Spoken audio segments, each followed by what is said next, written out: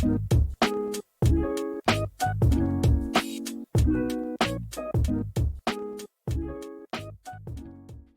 everyone, welcome to Type Talks. Today we're here with Susan Storm of Psychology Junkie, and we're here to discuss the FJ-FP-TJ-TP quadrant. Just to let you know, Susan Storm will be speaking at the Association of Psychological Type at their virtual conference. The theme is Winter Plunge, and she will be talking about when love languages aren't enough, how you can use your personality type to love someone better. And so, if you would like to watch her talk about all of her wonderful thoughts around that, feel free to check out the link below. She is a wonderful speaker and you will enjoy listening to her. So, Thank you, Joyce. So yeah, if you join us for the APTI conference in February, it's going to be really, really great because we're going to be talking about how the different types receive love and how the different types show love. And I think that this is also an area where there's so much interpersonal conflict between people because we all tend to think that the way that we want to receive love is the way that everybody wants to receive love or the way that people should automatically give love. And I've been surveying thousands of people to figure out what the relationship is between personality type and how you give and receive love. And we're talking about the 5 love languages and whether that's enough or whether there's more going on with how people want to receive and give love. So if that's something that interests you, if you're wanting to figure out more about how people show their support and care for others and how there is conflict in relationships because of these misunderstandings or these differences in type, then be sure to check out the APTI Winter Plunge because I would love to have you there as we dig deeply into type and relationships. feel free to check that out. And so, Susan, could you give a brief overview of what we're talking about today? Yeah, today we're going to be talking about the differences between TJs, thinking judgers, FJs, feeling judgers, TPs, thinking perceivers, and FPs, feeling perceivers. Because I don't know about you, Joyce, but I get so many emails from people that are like, I can't tell if I'm a INTP or an INTJ or an ISFP or an INFJ. And there's a lot of stereotypes and misconceptions about the differences between these types. But we're going to talk about it in hopefully a way that's really easy to understand and will help people to better identify which temperament they align with. And Joyce has come up with these amazing code names for the types, and I don't know if you mind if I just share them here. But we call the TJs the streamliners, the FJs are the unifiers, feeling perceivers are seekers, and thinking perceivers are analyzers. So we're just gonna go briefly into the very distinct differences between these 4 temperaments so that if you're watching and you've struggled with knowing am I an FJFP or TJTP, or maybe you're like, I don't know, maybe I'm a TJ or an FP, you'll have a better understanding. And then also Joyce and I are working on a program that will help people understand type even more. And this is a great way to get that some of that information very quickly and easily. But if you want to find out more, just stay tuned for our program as well. Yeah. And so the first category we'll be going over today is the streamliners, the TJ types. So this would be the ENTJ, ESTJ, INTJ, and ISTJ. And so what these types all share in common is extroverted thinking. They're very good at knowing the direct path to A to B to get something done and how to reverse engineer something to make it more effective and efficient. So the TJ will be looking at, does this work? And does this work in a way where it is the most streamlined it can be? Or are we wasting a lot of resources as we're doing this? Resource management is a natural skill to extroverted thinking, how to get something done. A commonality with the TJs is that they metricize everything. And so they know how much resource is going to what. And so they like to keep track of that. And it can go down to how to do this more effectively, or even with an introverted TJ who is taking up more conversational space and being able to measure that metric.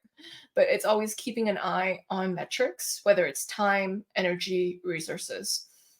And so the ITJs are a little bit more careful with where they spend their energy, and they might be more strategic with that because they only have so much energy to give.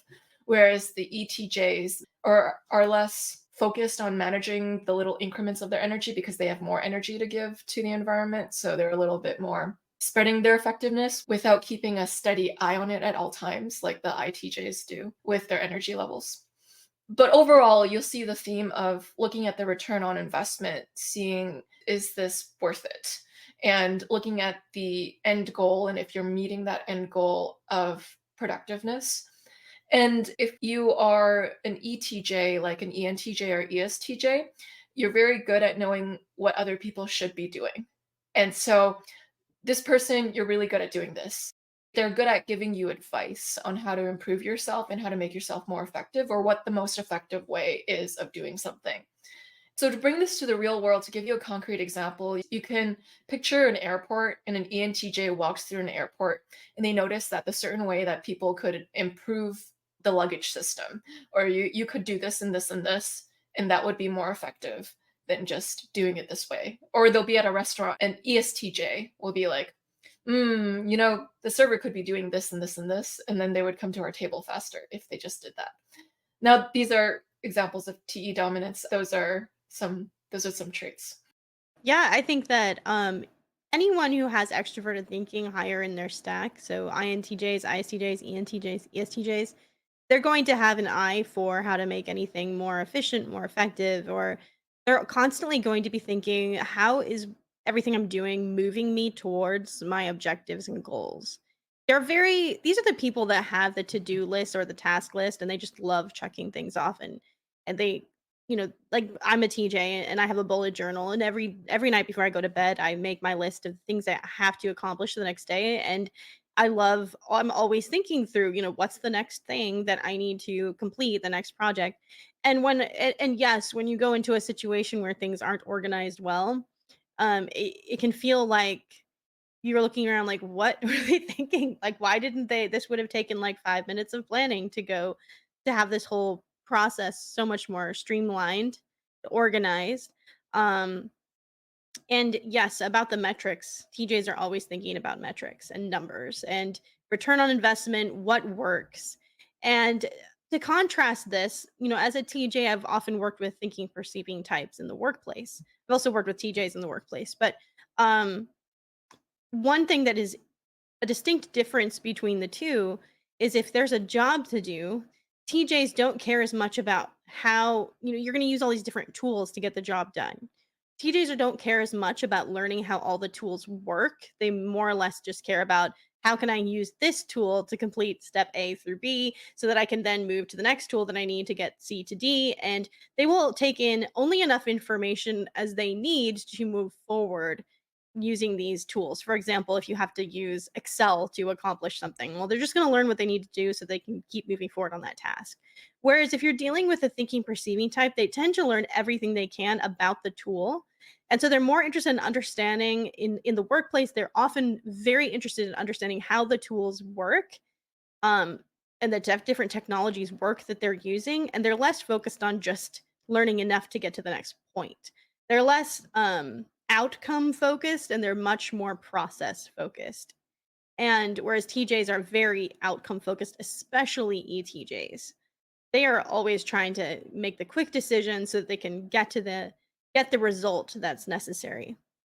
ITJs have a little bit more patience with really getting into their intuition and like figuring out the best course of action and mapping out the right path.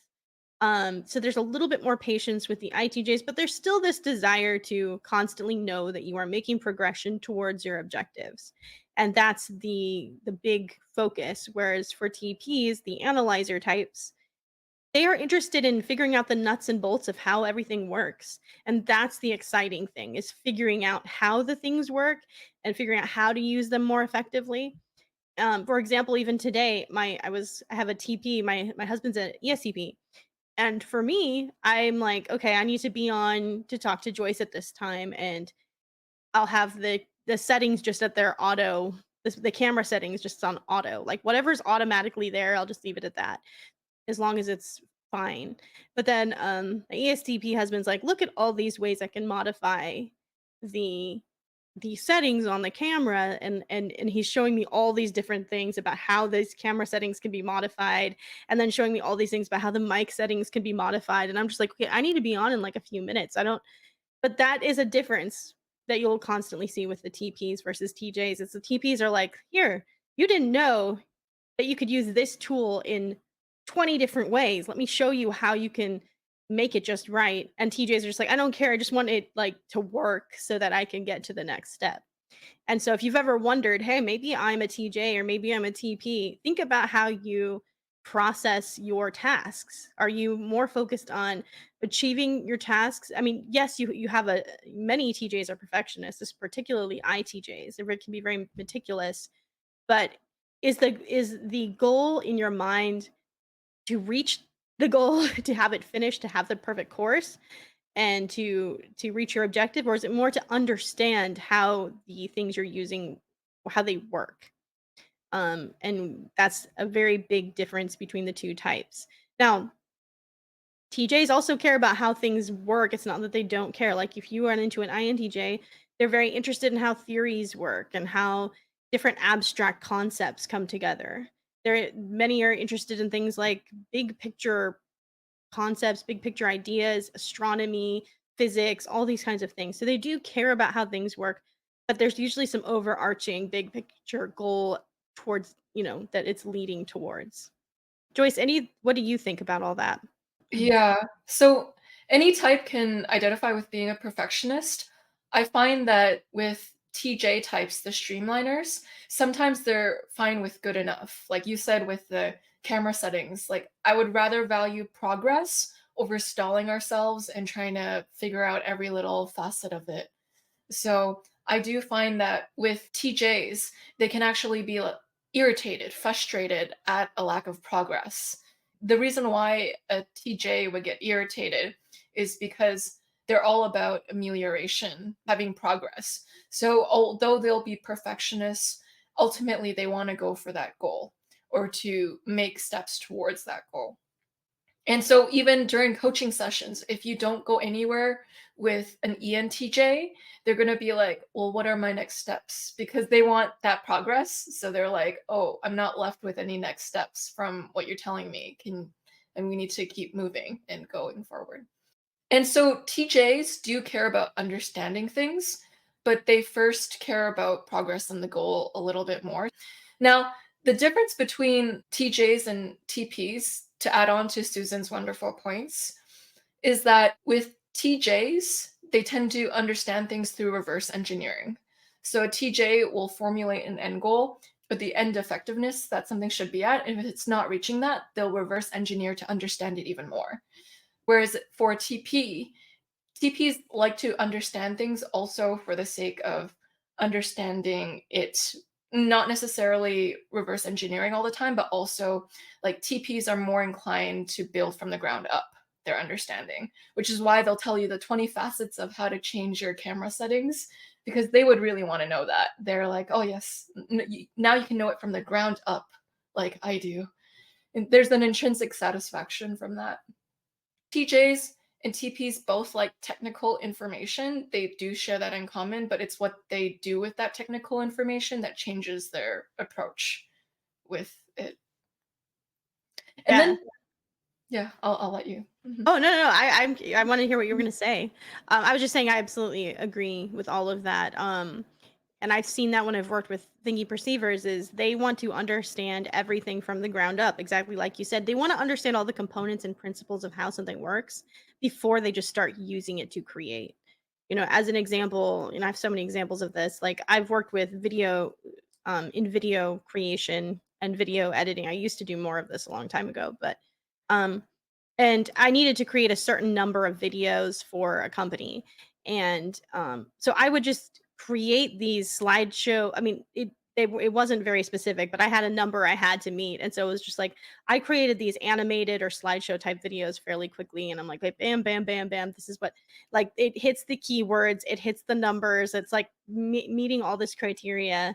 But the TPs would be like, no, we need to understand these Adobe programs in depth. We need to understand all the different ways we can animate and all the different ways. And in the end, they would have created a much higher quality video, but it would have probably taken like a month versus 20 minutes.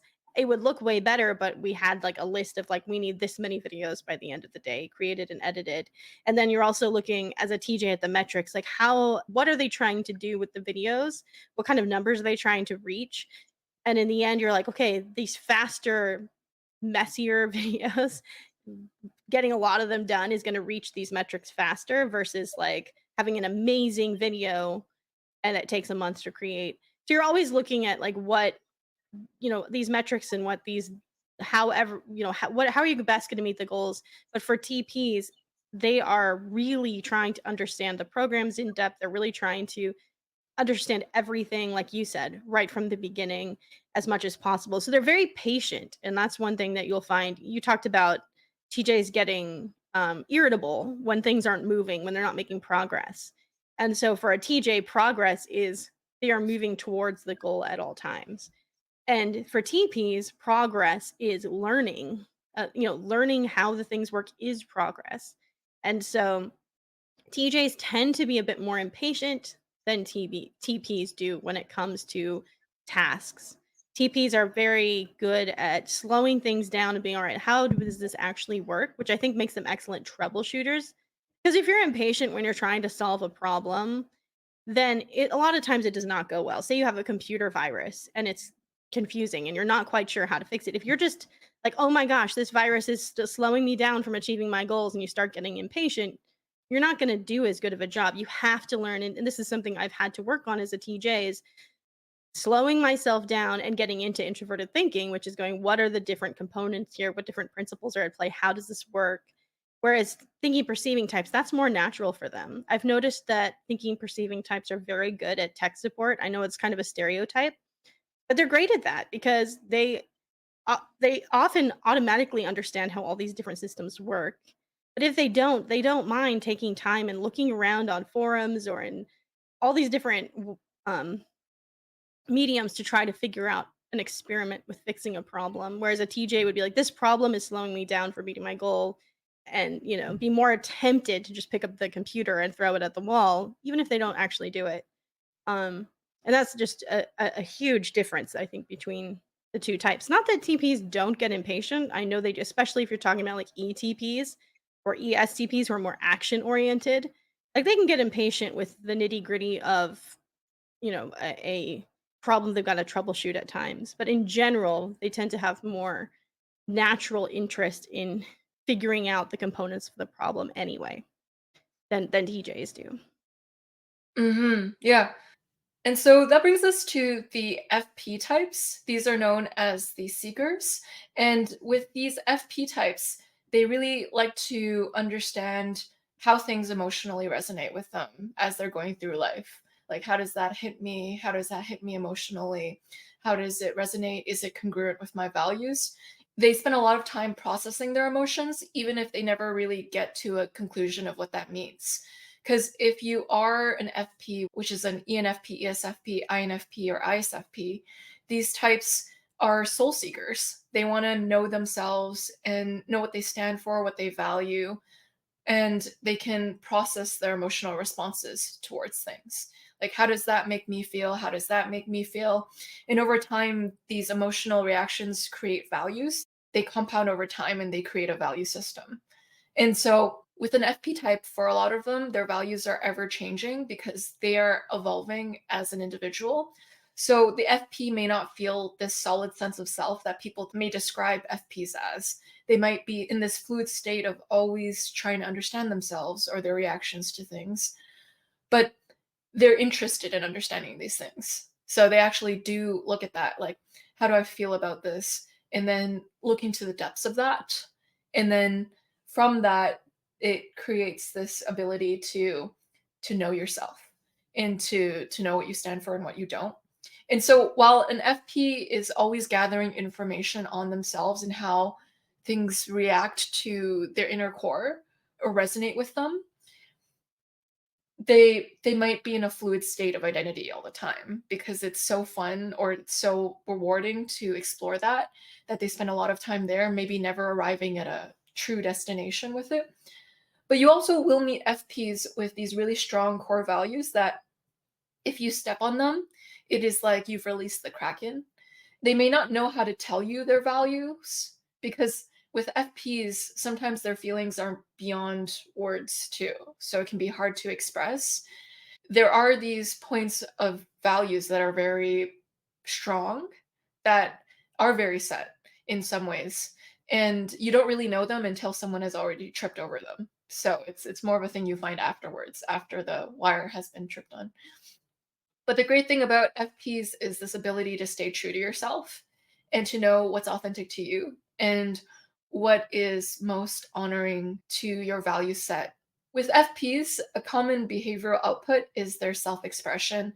Because they have such strong feelings, you might see them creating beautiful works of art or creating beautiful like with a lot of SFPs, ESFPs, and ISFPs, they actually find a way to dress themselves that matches how they feel. And you can really see it, and it's very beautiful. With the NFPs, they're able to, the ENFP, the INFP, they're able to conglomerate all these ideas together to make a very beautiful expression of something. So, but there is some form of self expression you will see with an FP type because they might not verbally say their feelings. With an ENFP, you might see an exuberance, a funniness, a glow, but that's usually not their deep personal feelings. Like they're very good at showing their feelings to other people that aren't as personal. But when it comes to their most personal feelings, those things are a little bit more private and they reserve for their core circle. Like you have to be really close for an FP to share those things. Whereas with introverted feeling, it is this reservoir of creating an identity out of how things around the world have resonated within yourself. So with introverted feeling, it starts with you. If you can make you into the best version of you, then that will naturally ripple effect and help other people. Like it kind of like the focal point for understanding is usually personhood or self-referencing to fully understand yourself. Thank you, Joyce. That was amazing. I think that you have a really good, obviously, a good grasp on introverted feeling and feeling perceivers and everything. I completely agree with everything you said. I think that yeah, with the feeling perceivers, you're gonna notice, like, exactly what Joy said, the self-referencing, but you also notice that they march to the beat of their own drum much more than if you're trying to contrast with feeling judgers. Feeling perceivers need to feel like they are 100% being real with themselves and their expression. They're less likely to be social chameleons. In fact, I've known several IFPs who really can't, they don't know what to do with people who socially chameleon. To them, that's like it seems like a lack of integrity to them to kind of shift who you are depending on who you're around in a very obvious way. I've seen, just a couple days ago, an ISFP I know is like, I hate it when people do that. Like, I can't trust them.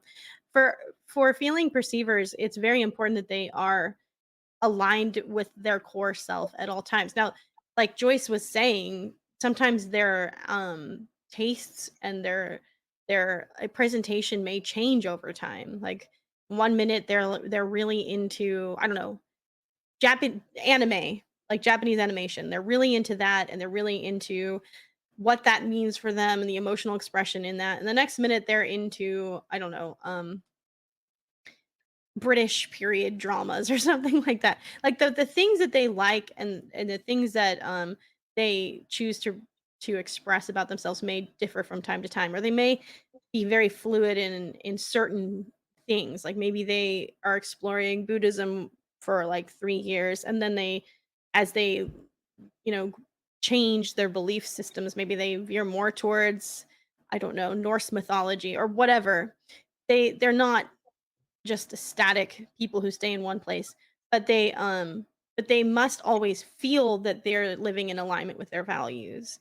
And so they're always trying to figure out, how does this affect me? What matters to me? What's important to me? What are my motivations? I would say that feeling perceivers are highly attuned to their own motivations. And because of that, they're highly attuned to other people's motivations. And sometimes they can pick up on other people's motivations before those people even know their own motivations, because they're constantly thinking, you know, is this aligned with my conscience? Do I feel good about what I'm doing? And why do I feel this way? why do I want this particular thing? Why am I drawn to this particular lifestyle? Why do I want to express myself in a certain way? And because they're constantly asking these why questions to themselves about why they feel certain ways about particular things, they because they're so attuned to that, they can also notice other people's patterns of motivations and why other people are doing what they do, and they're very quick to pick up on ulterior motives and manipulation and things like that, and they really, really don't like that. But yeah, if you're wondering, okay, am I an FJ or an FP? Knowing these things about feeling perceiving types can be really helpful.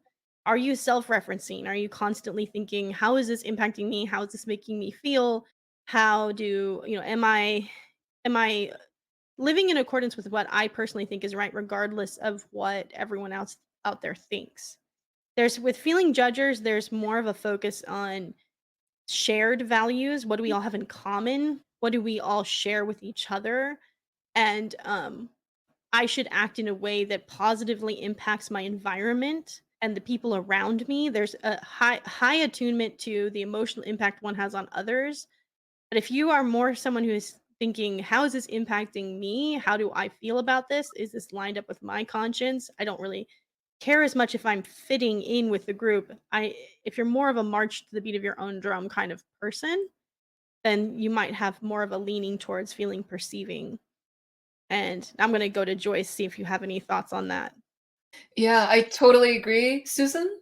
I will caveat that there are some FPs who are people pleasers, and they might be chameleons in some ways. Now, what would differentiate them from FJs is that an FP is focused on individuals. So when they are considering other people's feelings, they want to see Susan for Susan Storm. Like it's really you, and because they value their individuality so much, they never want to strip someone else of their individuality. So they see everyone as individuals. Even if they're in groups, it's like, how can I honor that person's individuality and that person's individuality? Seeing people as distinct, unique individuals. So even an Enneagram 9 FP who's very peace seeking will still at the end of the day be very set on individuals.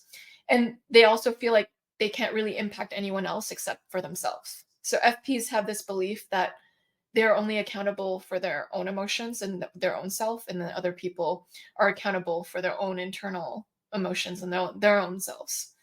So there's less of a, whereas for the FJ types, they believe in this, we all contribute to this group atmosphere. So we all have a level of responsibility in how we impact and how things land on other people, which is why FJs are known for social chameleonizing. Because I made up a new word just to describe the FJ phenomenon, chameleonizing. And so FJs tend to care about the emotional atmosphere and the actions you do to detract from it and to add to it. And so it creates this, I want to create the best environment for other people. And FJs are more likely to see things in terms of groups and how you can make sure that everyone has a good time. Now, the more introverted FJs may care about people on a one-on-one basis, but it's not in the same like an FP will laser in on the uniqueness of every human. Like an FJ may want to bond with a person one on one, but it's more of a FJs will still have more of a concentration on starting with the other person's feelings. So with FE, it's about how are other people feeling, and that's your starting point. And from that, you then realize that certain actions you do will create a more positive or negative social atmosphere for the other person. And that's what dictates the social moves. FJs are also quicker to arrive at how to treat other people. So FJs have an automatic, I know what's best for the group, or I know how to treat other people automatically. Just like how a TJ automatically knows how to streamline something, it just comes to them. Whereas an FJ automatically knows how to make people feel loved, feel comforted, feel accepted. It's so intuitive. It just comes. It just comes. It's self-evident to the FJ and the TJ how processes work and how people work. Whereas for FPs, they take a long time to understand the individual because there's so much nuance within that person's individuality. So they actually take a long time, just like a TP takes a long time to understand a system and all of the components and principles. The FP wants to understand you and your unique emotional framework and all the things that make up you. And they might take a long time to actually arrive at that, but they're going to be more thorough when it comes to that. And so you'll also see that, like, how quick is a person to arrive at a judgment about a thing, and how much time do they spend gathering information.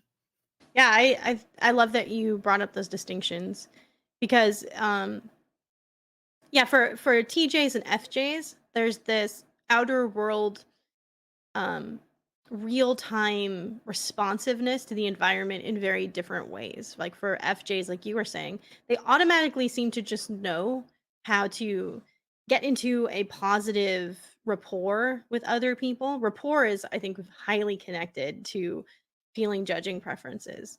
I've noticed that with when I'm with feeling judgers, they can sort of automatically create this rapport with you, get into like a positive vibe, and create a mood and you're like, "How did they do that? Like, how did they do that so automatically?"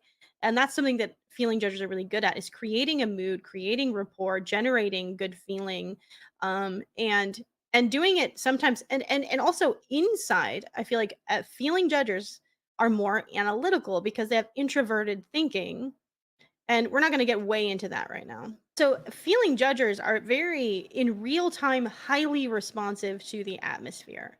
And they can, just like, they can walk into a room and the mood is off and everyone's like kind of not interacting really in a positive way, or there's not a clear good vibe going on, and they can immediately know, here's immediately what I can do to create rapport. I can crack a few jokes here. I can go up and hug this person. I can ask people, this funny question and get everyone talking.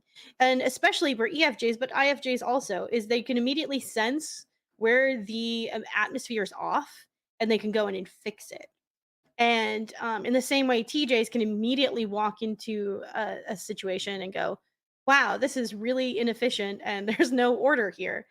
I had to take my kids to a homeschool co-op at one point, and I think it was completely run by feeler moms, and it was so completely disorganized, and everything was chaos. No one knew where they were supposed to go, and I just remember being like, "This could have been solved in, like, 10 minutes of meeting beforehand to go, okay, here's our," they had mics. They could have just said, "All right, everyone from this age to this age, stand here. Everyone from this age to that age, stand here.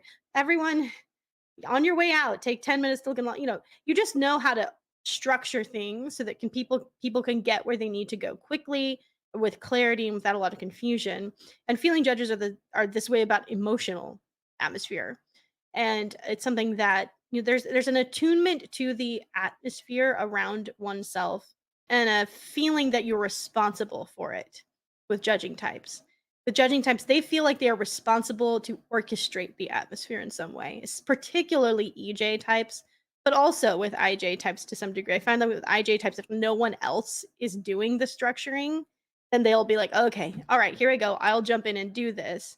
But they don't want it to just stay as it is if it's not good. Like an INFJ, like Joyce, you can correct me if I'm wrong, but an INFJ walking into a room where the mood is just off and no one's really connecting, if no one's working on fixing that, even as an introvert, you're gonna be like, okay, all right, this is where I gotta get into my feeling side and really kind of fix the mood here and try to work the room and get people interacting in a positive way.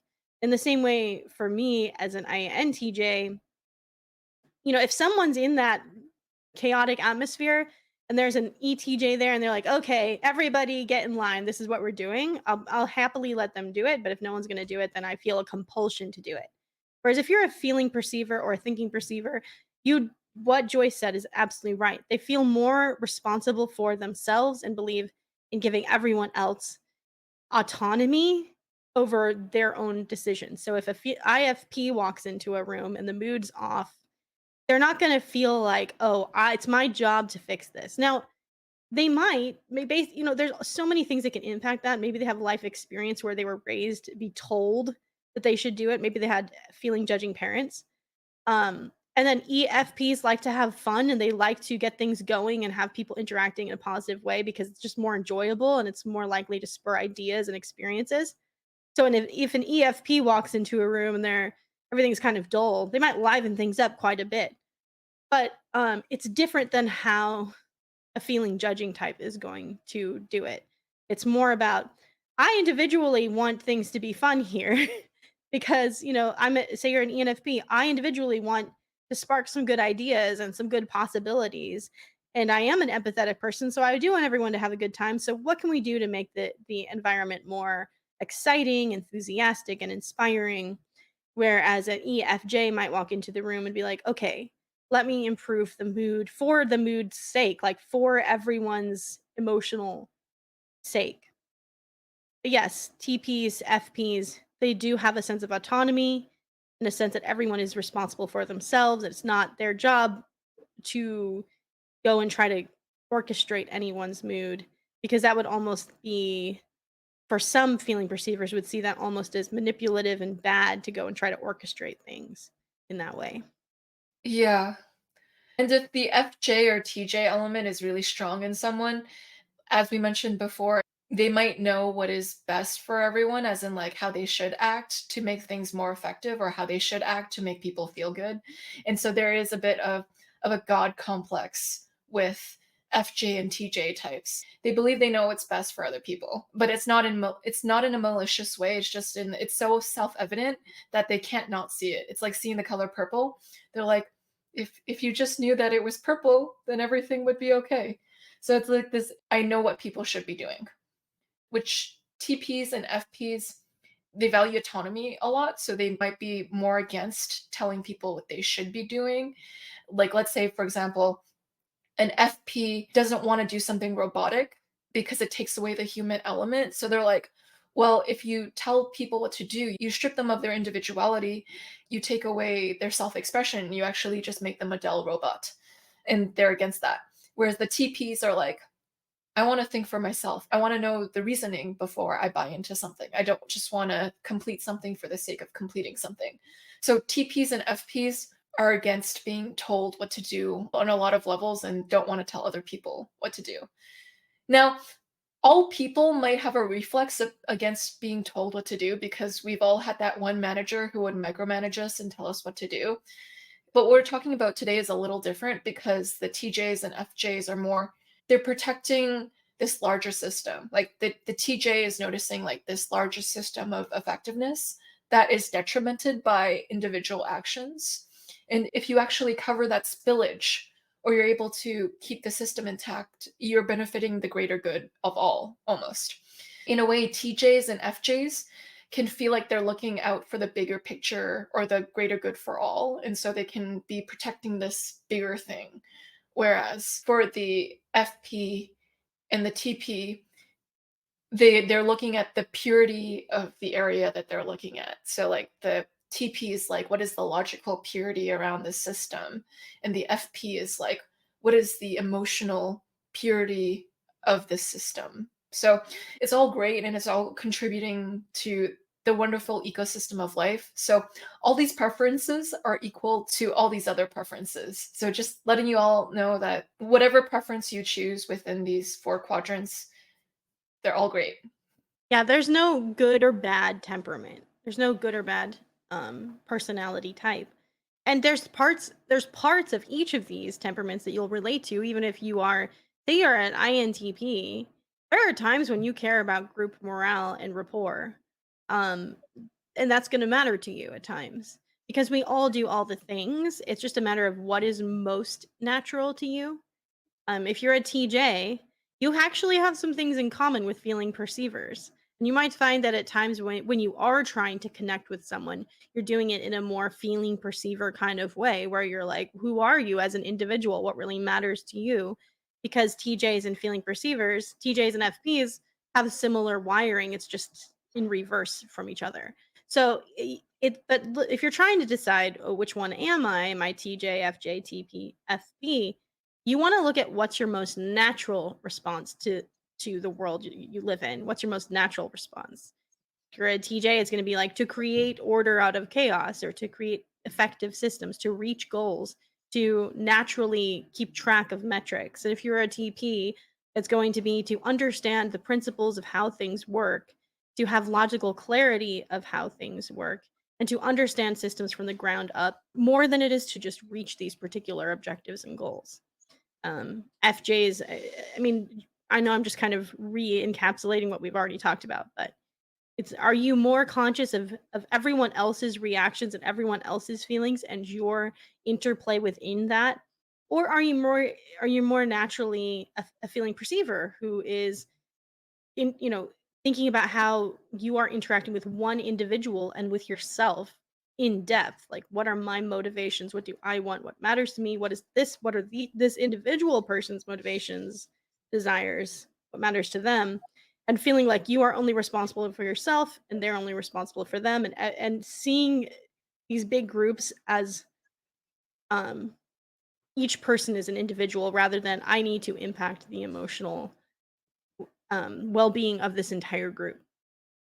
Just thinking about which preference, which style of thinking comes more naturally to you can help you to figure out what your type is. You will definitely be able to pinpoint times when you've thought or operated in a way that's in any of these four ways. I'm sure, Joyce, you've had times where you've been very concerned with effectiveness and efficiency and metrics. I'm sure that you have. And for me as a TJ, there have been times where I'm really concerned with how I'm impacting the emotional atmosphere of the room I'm in. But is it the way that I'm like constantly, naturally, intuitively operating without really having to try that hard? No. So think about that. Like, what do you do automatically without trying? And that can help you to figure out which of these temperaments fits you best. Yeah, so we all do all things.